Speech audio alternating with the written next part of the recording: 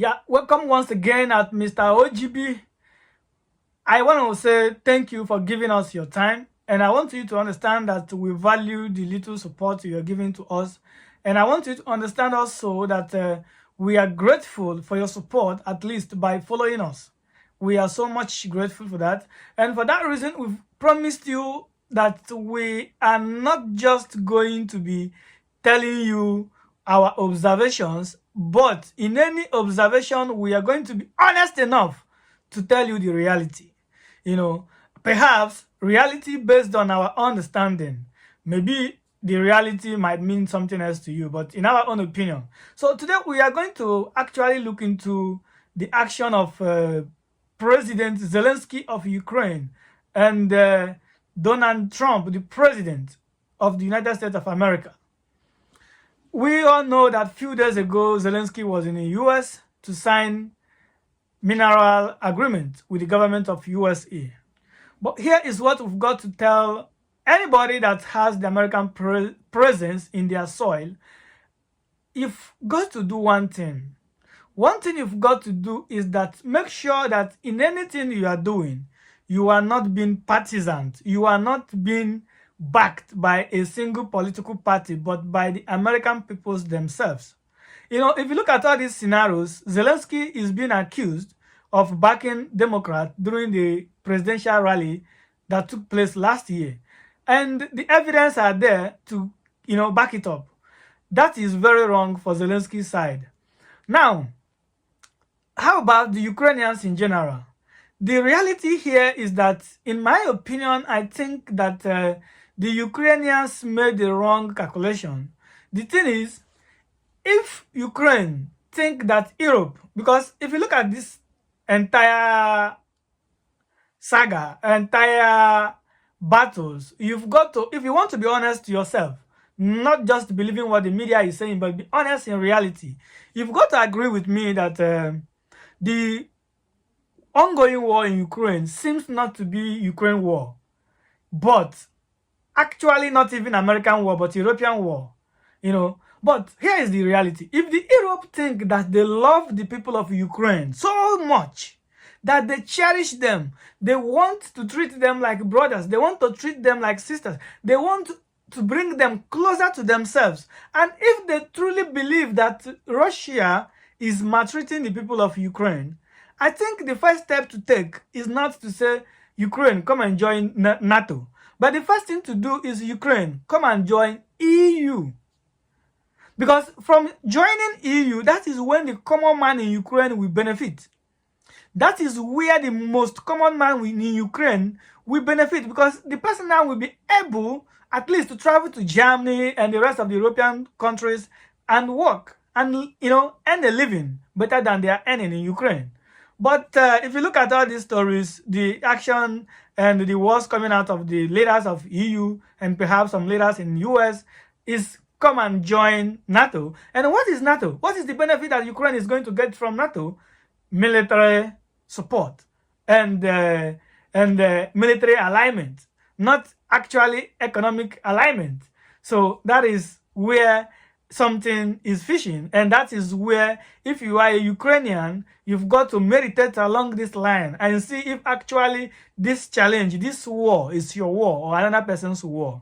Yeah. Then Zelensky made a point. In my opinion, the point he made is clear, but still, the Zelensky is behaving like someone who is under influence of unknown force. Example, Zelensky was actually telling Trump to guarantee the people of Ukraine, give them security guarantee. And Trump was of the opinion that security guarantee is not what's on the table now, but even the security guarantee has already been granted unto you. How? The mineral deal you are going to sign simply mean that American boots, American personnel backed by government, not individual, will be in the soil of Ukraine. All those mining sites is going to be occupied by Americans. And for the fact that the presence of America is there, it won't be possible anymore, in my opinion, for Russia to, do anything. And remember, all this challenge of Ukraine, how did it come to play? What brought about it? Simple, because Russia said, Ukraine, you cannot. They made it very clear. You cannot join NATO. They didn't say you cannot join EU. You understand the two different things now? They said you cannot join NATO. And yes, legally you cannot say independent country cannot live the way they want to live. But in the other way around, we've got to study the history of America, the history of Russia, and their influence in the world, and the challenge both are facing. Like when Russia wanted to have her presence in Cuba, we know what America did to Cubans, even up to date. And I am very sure, which you yourself, if you are honest to yourself, you will agree with me, that in no circumstances will American government allow Mexico to enter into any military agreement, arrangement with China or with Russia. Take for instance, Trump is putting tariff on some Chinese companies, taxing them to pay more. And you know what the American government is doing? Pressuring Mexico to do the same, to tax China more. Why? Because they know if America put tariff on Chinese products, what is China going to do?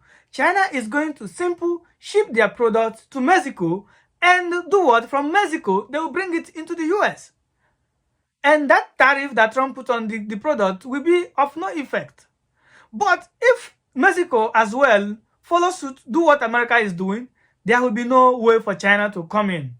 Because already in Canada, China and Canada is having, they are not in a very good relationship. And it won't be easy for them to go through that route. But it will be more easier for them to come through Mexico. So if you look at all these scenarios, you've got to agree with the Russians that each and every one of them is scared of their own security. They want security assurance.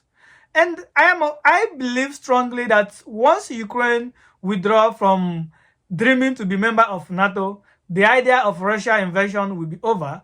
And I've not read in any book or in anything at all where any historian or anybody wrote that Russia is attacking Ukraine or trying to, attack Ukraine economically. It is all about military. So to my people of Ukraine, the good people of Ukraine, and even the good people of Russia, I have a lot of them as friends. I want to tell you something that looking to achieve impossibility, thinking that it is going to be possible, might consume unexpected things. The idea of Ukraine trying to join NATO is a threat to the global peace, is a threat to the global growth. And what you guys are trying to initiate or gambling with, according to the president of USA, Donald Trump, you guys are gambling with World War III. And I'm going to try to advise that you guys should withdraw, try to make peace. In as much as American presence is going to be in your land, there will be no way Russia will even dream to attack you again. But failure to accept the reality and keep dreaming what looks like impossible is going to consume unexpected things. And who knows who will survive, and who knows who will go through this process. A lot has been unalived in your land. A lot have been destroyed. I heard when Zelensky was saying Putin should be held accountable, that we've got to give Ukraine over 300 billion and something above that. I don't know. I'm not among the negotiators, but I think we've got to take it easy to see that peace come first.